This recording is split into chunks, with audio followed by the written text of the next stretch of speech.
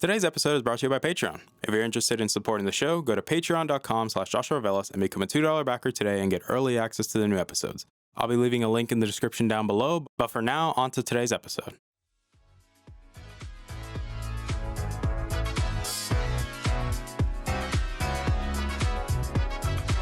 You're listening to the Augmented Experience podcast. I'm your host, as usual, Joshua Velas. I'm a student, musician, and a gamer at heart. Join me as I sit down every week to talk about all the latest news in the technology, business, and video game world. I hope you guys enjoy.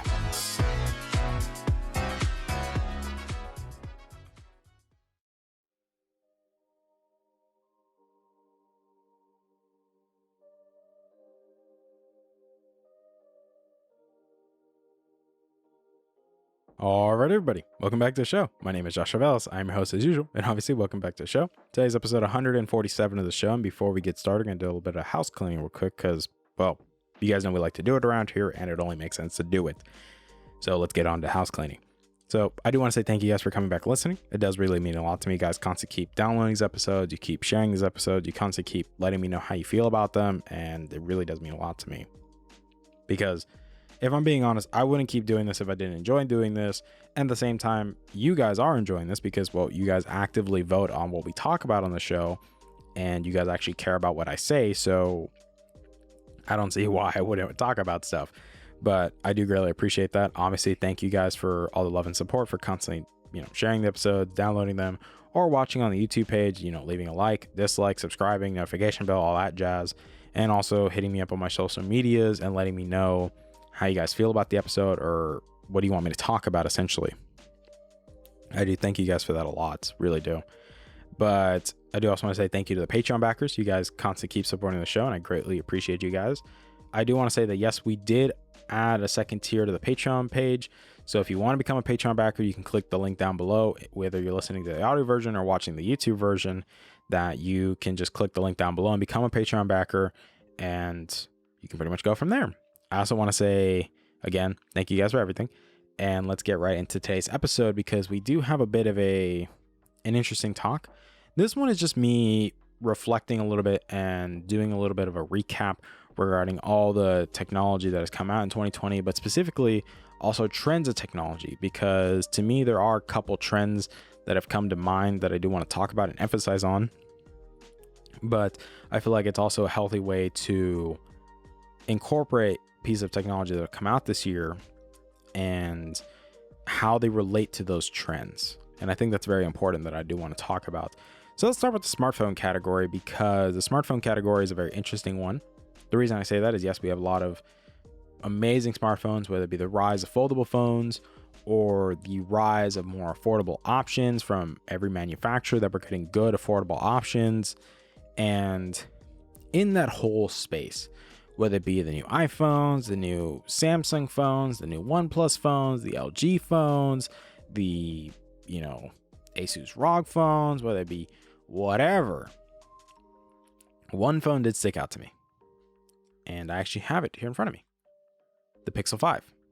The Pixel 5 is definitely my smartphone of the year. The reason I say that is because it actually plays in perfectly to one of my favorite things that have come out this year in terms of trends and technology, which is redefining what the term flagship means.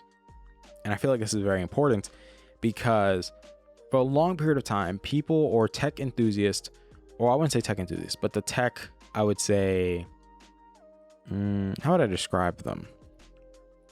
Influencers is a better term to use, that the Pixel 5 was considered an anomaly. It was not considered a flagship because it didn't have the proper high tier specs that a flagship should have, because we have always associated a flagship phone as top of the line specs, everything. It's the manufacturer's best. And people will sometimes debate, what does a flagship mean? Does it have the best top of the line specs? Is it the best phone the company has?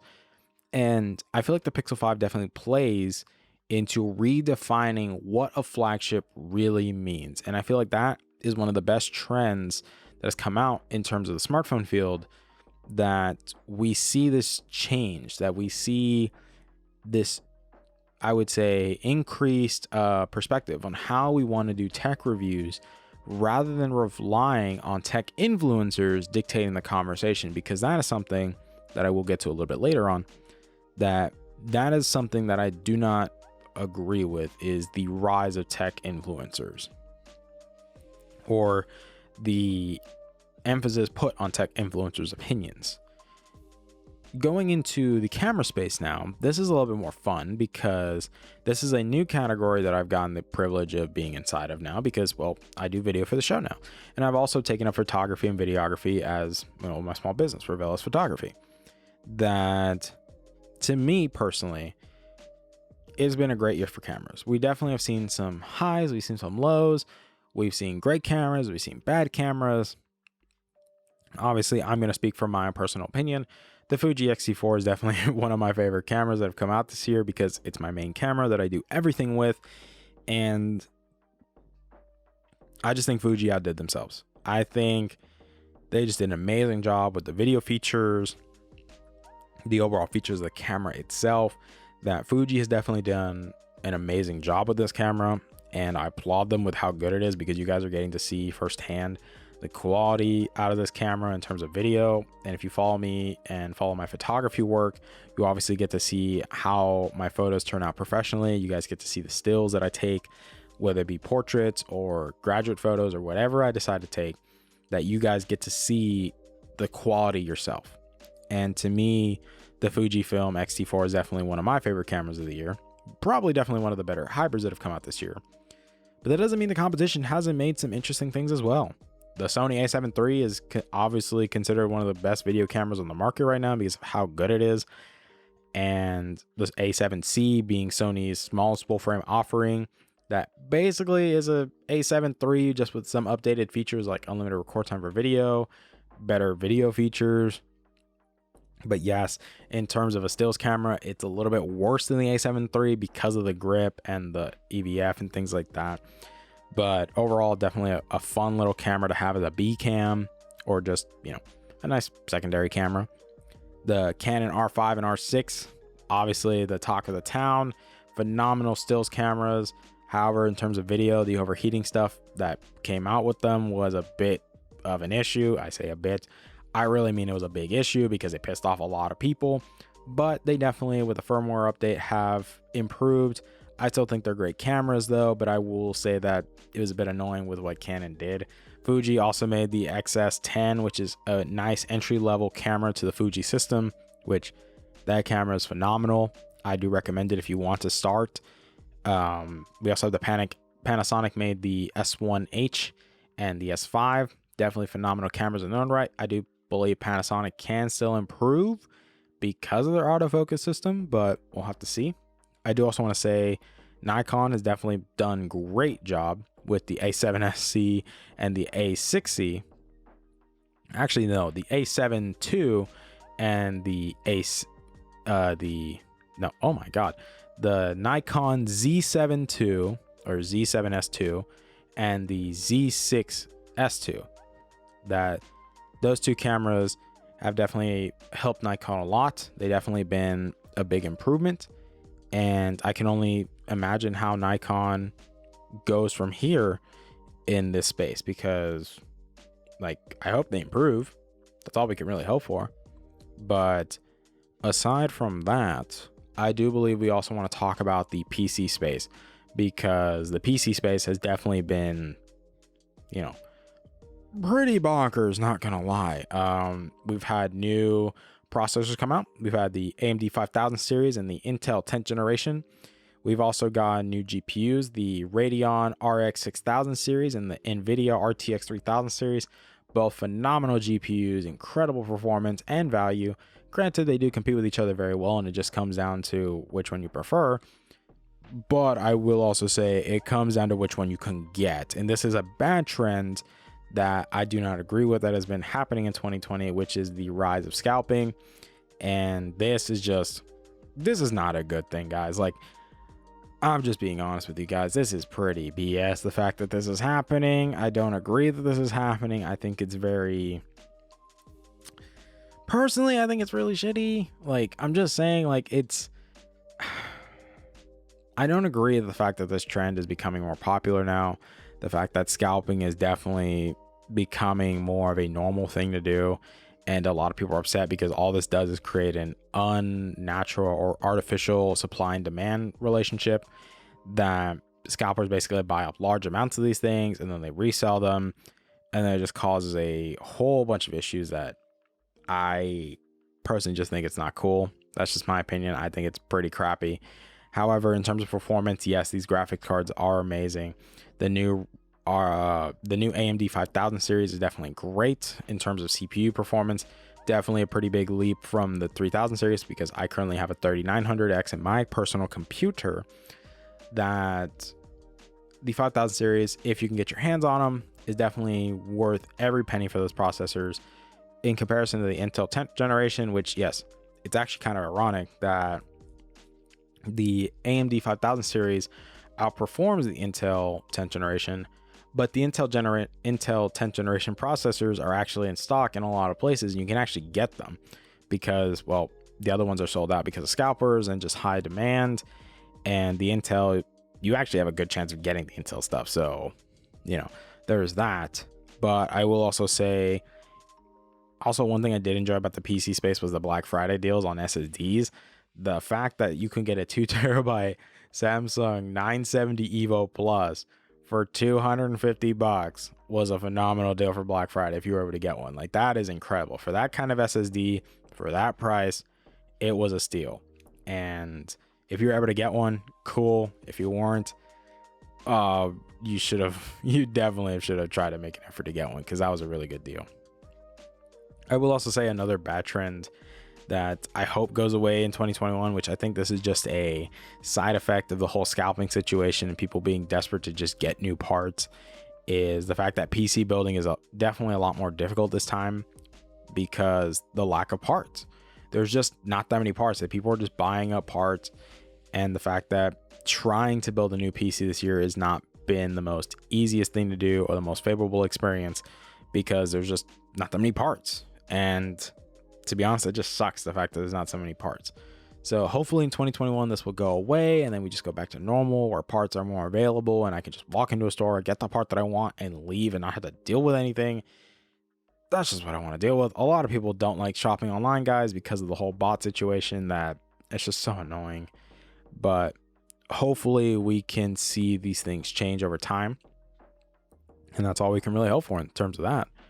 I do want to say the console space, though, has definitely been improving with the launch of the Xbox Series S and the S. That, the fact that Xbox's next generation consoles, the Series S and the X, are definitely incredible pieces of hardware, that these things are just chef's kiss, incredible. And the PS5 has also been incredible. Granted, I know availability has also been an issue because of scalpers, but if you were able to get your hands on one, I know a lot of people are enjoying their experience with these consoles so far. There's definitely been a big performance jump that actually can be felt, and that it's not just like, oh, all hype and everything, but rather you can actually see it, you can feel it, that you can, it's very tangible, that you can tell there's a difference. And to me, it's just incredible, the fact that these consoles are great. I know Friday's episode, I'm going to be giving you my 1 month opinion and review of the Xbox Series X, and just tell you guys and show you guys gameplay of what I've been doing. And I hope you guys personally enjoy that. I personally hope you guys enjoy Friday's episode, because that's going to be a lot of fun. That we've been, messing around with things for over a month, and it's just really fun, to be honest. But one thing I do agree that's another healthy trend is the fact that now we're creating competition and giving consumers a choice. What do you want to go for? A $2,000 PC or a console? Because the consoles now compete with computers in that price range, and they are performing well, because like I said, we haven't really seen the full power of these consoles yet, because we haven't really seen true next generation first party games actually utilizing the full hardware to its fullest potential. So I feel like as we get more of those games that utilize the full hardware, we'll start to see truly how powerful these things are, and just how incredible and how much, I'd say, in terms of value they provide. Because a lot of consumers are like, well, if I can't get the CPU and GPU that I want, I might as well just build a console, because I'll be able to play all these games at high frame rates, high resolutions. And that's just something that I think is really cool. And a lot of people might get mad at me for saying that, like, Josh, how dare you say that PC gaming can be competed against by a console. And it's like, well, yeah, that's the reality. That's how competition works, that you give consumers options, you make them think. That's ultimately the best, because an informed consumer is the best consumer, because they are able to make the best choices because they are informed. They know what's going on around them. They're not ignorant about things. And that's just something that I think is very important, that we build, our knowledge and understanding of things so that we are able to make healthy choices when it comes to purchasing products that we like to use on an everyday basis. But I do want to say this is the last trend that's a good trend that I want to talk about, which is the rise, and I would say specifically the rise of streaming and how people view it. The fact that streaming is no longer viewed as this very niche thing, that live streaming or any form of live media being viewed by somebody on through the internet is no longer viewed as weird or a niche thing, but rather the norm now. And I think that's very healthy. That's a good thing, because now you're able to connect to more people without having to be there in person. I think the fact that live streaming is taking off is such a great thing. It's such an amazing tool and resource to have for a lot of places, whether it be churches, schools, organizations, whoever it could be. That it's such a very powerful tool that is now becoming more and more widely accepted, widely sought after, and people looking, and people even building careers off of it. Now people are able to build careers doing this kind of stuff for a living, because now it's going to be such an essential thing to a lot of people. And I just think that's a wonderful thing, the fact that how much streaming has been, I would say, publicized and increased in the public eye, that now it's more widely accepted and no longer viewed as just a very niche thing. However, I will say that I do not agree with the whole DMCA stuff that's been going on with streaming throughout this year, and currently in the process of things right now. People aren't too happy with the whole bill being passed with the COVID-19 relief bill, that if you are to play copyrighted music in your streams, or if you are to make profit off it, then you can be taken to jail and face criminal charges. A lot of people are not happy about that. I agree that a lot of people should not be happy about that, but we can only hope that over time these things can be worked out, they can be ironed out, and educated people regarding the matter can properly address this and handle it properly, so that we can make healthy and informed decisions regarding these things, and not just letting people that are, I would say, completely ignorant to the matter and do not truly understand the concept or the weight or even the depth that goes into this, that hopefully we can get more people that are well educated on the matter, and not just letting people that think they know what they're doing try to make decisions for everyone, because 9 times out of 10 that's not going to work out that well. But that is something I definitely enjoyed. However, I do want to finish with this thing, which is not my favorite trend of 2020 in terms of technology, is the rise of tech influencers. The fact that tech reviewers are no longer being treated in, I would say, in the manner that they're used to, because people prefer, and I would say even companies prefer, dealing with tech influencers, because they know that tech influencers will not give honest and objective takes on a matter. They won't break into, like, they won't generally break down something. They'll just say, hey, I like using this, you should buy this, and yeah, awesome. The fact that that's becoming the norm now, that companies are preferring tech influencers over tech reviewers, because they know that they'll get a more positive take from the influencers, and that it will obviously influence their audience, that whatever they say, their audience will be like, cool, our guy that we watch likes this product, we should go buy this, rather than watching a review where somebody breaks down the pros and the cons of an object and helps you, the consumer, make the best choice for you. Obviously, they don't make the choice for you. They just present the information so that you can make the choice. And I feel like that's just something I don't agree with 2020, and the whole trend in the tech space is the rise of the tech influencer and the importance placed on the tech influencer, and how this is hurting tech reviewers, because now tech reviewers are being more, I'd say, cautious of maybe being too objective in the matter, when I think it should be the other way around. I think that we should continue to be objective, and probably even be even more objective than we normally are, that we are able to become more objective over time, that we can make more educated, I wouldn't say assumptions or guesses, but that we are able to make more concrete, make this very clear that these are the pros, these are the cons. How do you guys feel about them? Can you live with this? Can you not live with this? That we would be educating our users, I wouldn't say our users, but even our viewers and listeners, that we would be more hands-on and going all in with the discussion, and not just any discussion with a one and done talk, but rather doing multiple conversations and multiple talks. That's how things should really work out. But that's just something I personally didn't agree with 2020, was the whole importance placed on tech influencers. And I'm sad to say that it might continue to go that way, even going into 2021, that the tech influencer in time will begin to overshadow and eventually replace the tech reviewer, because companies just realize, hey, I'd rather have somebody just say my product is great and tell their audience to buy it than send it to somebody to review it, break down its pros and cons. Like, I'd rather just have the positive reinforcement rather than possibly giving the opportunity for negative feedback, which I believe is bad, especially because everybody needs feedback. Constructive criticism is always a good thing for everybody, no matter who you are, that you should always allow constructive criticism and people to criticize you in a healthy manner when you know you're doing something stupid, that you have people that are there to help and encourage you and to help you grow as a person, but also, keep you in line sometimes when you make some bad calls. And that's just something that I agree that we need to be more cautious of, especially as tech reviewers and tech commentators, that we need to be very mindful of the whole tech influencers, and that their rise is a very concerning thing. And I hope that it is properly, I wouldn't say dealt with, but that we address it properly and just be honest with ourselves. But aside from that, those are some of my favorite trends in 2020 in terms of technology. What do you guys think? You can let me know in the comment section down below, or you can just hit me up on my social medias and let me know what you guys think.